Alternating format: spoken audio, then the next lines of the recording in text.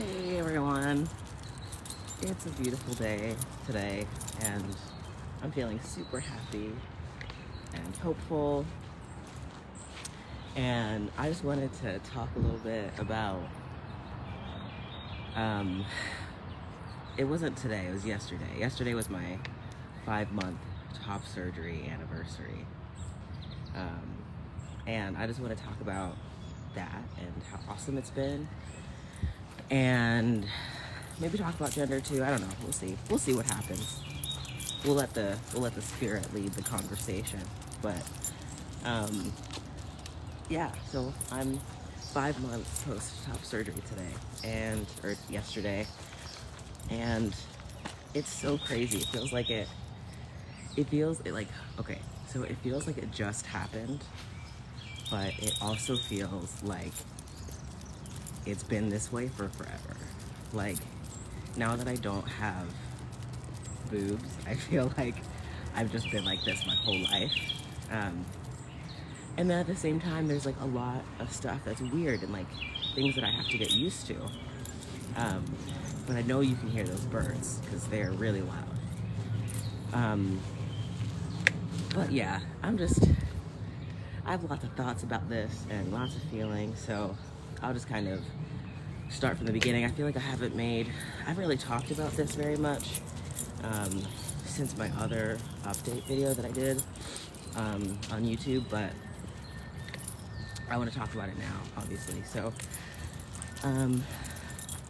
really, like, recovery has been going pretty smoothly. I think that I mentioned it in the other video, but I had like a small infection during my healing process, and so I had to get antibiotics and stuff for that. But that was like, I think 2 months or a month and a half post-op or something. But I got antibiotics and that went away pretty quickly.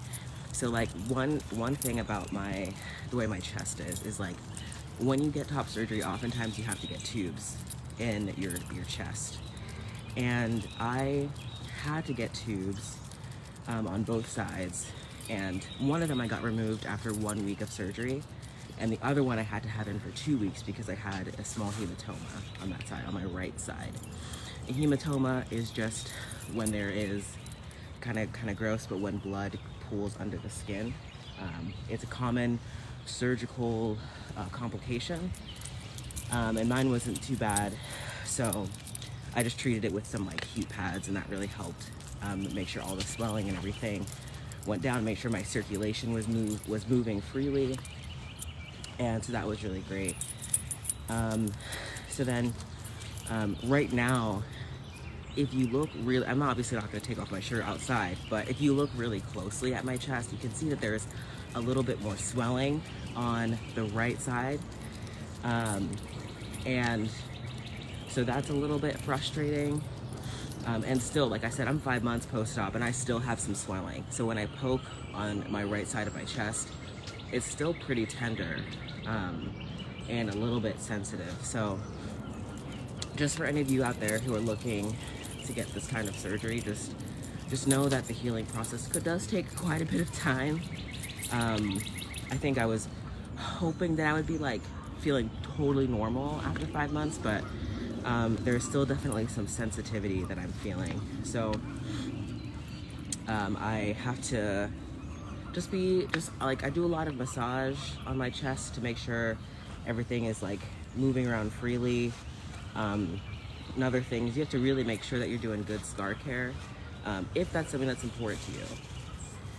This actually is a good time to talk about scars and how I feel about my scars. So, like I said, I didn't say this, but I'm outside walking my dog, so I just need to clean up after him really quickly. But, alrighty. We're on the move. Okay, so, scars. I think that it is so awesome that there are folks out there who like who feel very attached to their top surgery scars. I mean, it's a massive thing. Like, it represents a huge journey that you just went on, and for a lot of people they're super meaningful. I even saw this picture online of this dude or a person who got the lines of their top surgery scars just tattooed because they just love them so much. I do not like my scars. I'm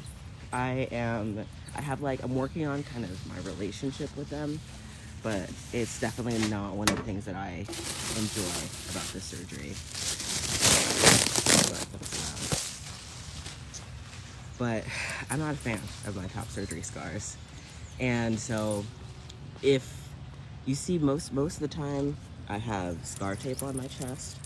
Right now I don't actually, because I just was letting them breathe a little bit yesterday, but I'm not a fan of my top surgery scars. I was reading a post on Reddit and someone said scars are a lot easier to hide than boobs. So I resonated with that a lot. I definitely like appreciate my scars because it shows that I've been on a journey, and it's like a super meaningful event that occurred in my life. And so like obviously they remind me of something positive in my life, like the day that I kind of took control of my life and I made a decision for myself to live my best life and everything. But I still have I guess a complicated relationship with them. I would like for them to fade more, and so that it just kind of looks like just plain old chest, I guess. I guess every chest is a plain old chest. And that might be some of my bias slipping in because it's in there, you know what I mean? And so this is just me being super open about my relationship with myself and my body. Because yeah, it's a little bit complicated. It can be tricky to feel super comfortable with like pretty large scars over your chest. But I'm just doing a couple of things that I'm doing to just be more comfortable. Is just spending time with my shirt off. And sorry about this wind, it's super loud, but I've been spending some time with my shirt off. That really just helps kind of integrate the experience. It allows me to feel just normal with my body. And so yeah, just like I'm developing a relationship with my body. Sometimes I do meditations where I'll just focus on my scars and like the energy around them, and just kind of like send positive energy towards them. I do that to my nipples too. And I don't know, but I feel like it's helping the healing process. So if it's a placebo, then it's one that's working for me. So it's another thing that I've been doing to just feel more connected to my body and send healing energy to my body, because that's super important. You want to make sure that you're taking care of yourself after surgery. And I know that we have our physical bodies, and we also have our like energetic bodies, and so we got to be making sure we're taking care of ourselves on all levels, not just tending to the physical body, but also to the spiritual or like energetic body that we carry. But one of the other things I wanted to talk about is there was a time where I was really struggling after top surgery. I know that post-op depression is a common thing for folks, and thankfully I don't think that I struggled with that for too long. But there was sorry about that dog. There was definitely times where I was feeling like really frustrated and down about myself, and like this was after top surgery. I was like second guessing myself and second guessing my choices, and this honestly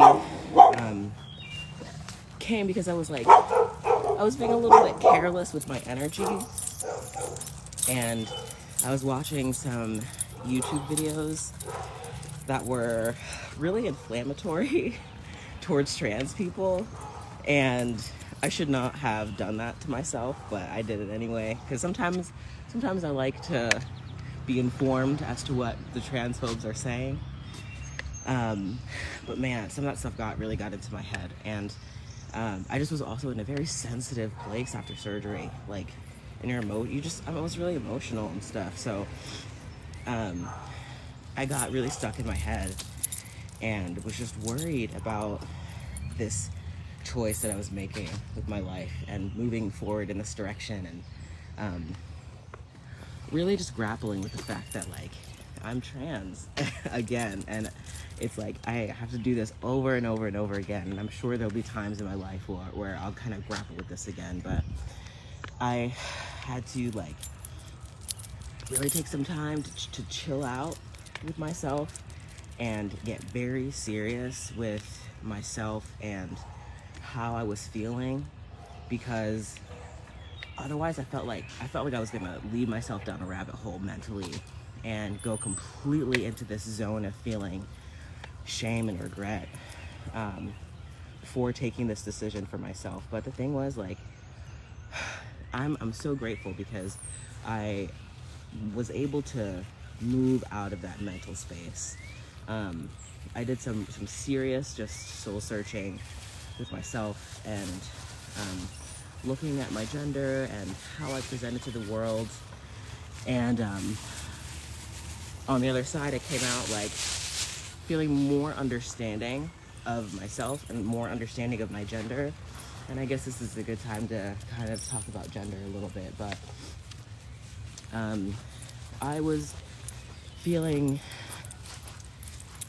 I don't know, and I hope that if you are a trans person, that you can just share your experiences about this, because I want to know if other people feel the same way. But just like feeling this sense of like guilt that you quote unquote like couldn't make it as your assigned gender at birth, and like almost, I don't want to say like I failed at it, but kind of that feeling of feeling like you failed at it, failed at being a certain gender that you were like quote unquote supposed to be. And that's just, number one, it's unrealistic just of an expectation. And but the thing was I was feeling that, and I think that just got me really in my head about stuff. But what it made me do is it made me just assess my gender like all over again. It made me really consider like who I was, how I presented myself to the world, and all that good stuff. And so after just more, it was so funny because after grappling with my gender, like for another time, like really assessing myself and my gender, I found myself to be less connected to the concept of gender than I had ever been. And I feel like it made me become more attached to my non-binariness, and specifically, I've been recently really connecting to the idea of feeling like agender, just like,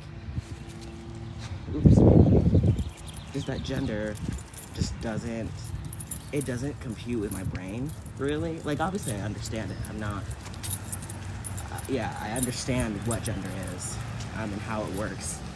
But for me, just the concept of it is so far away. And agender feels like a really comfy label for me. Oopsie, I lost my for a second.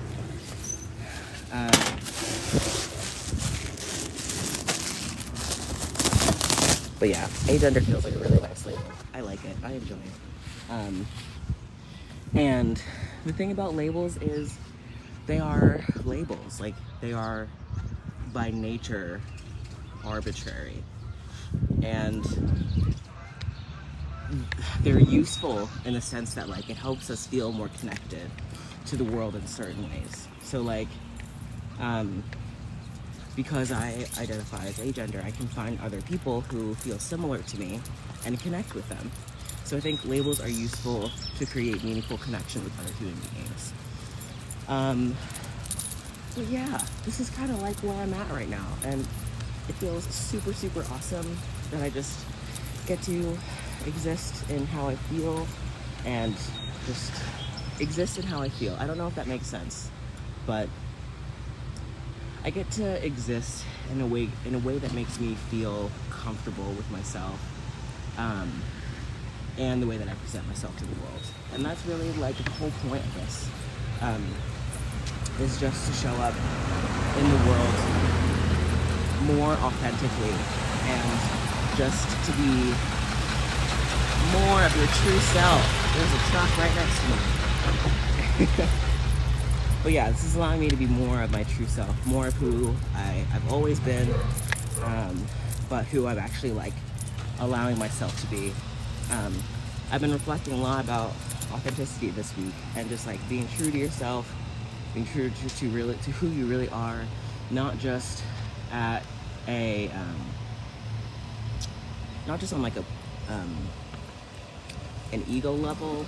So in terms of like my personality and like the things that I like, but more like who I really am, like deep down on the inside. And I know that most fundamentally, I'm just a soul. I'm just a soul existing in a body for a little bit of time. And it makes me feel good to know that I am comfortable in like who I am, and I'm comfortable hanging out in the world in this body, in this meat suit for a little bit. And there might be some other things that I do to make myself feel more comfortable in this world as I navigate it. But we will see how that progresses as time moves on. But yeah, this was a conversation about, what was it, top surgery and gender and everything. If you're watching this on YouTube, make sure you like and subscribe. Give me a comment in the section. Just let me know what you're thinking about, if you're getting top surgery, or if you are having some thoughts about gender, reassessing your gender. Just let me know what's going on. I just had a lot of thoughts. I needed to get them out of my head. So here they are. Have a great day. Peace and love. See you next time.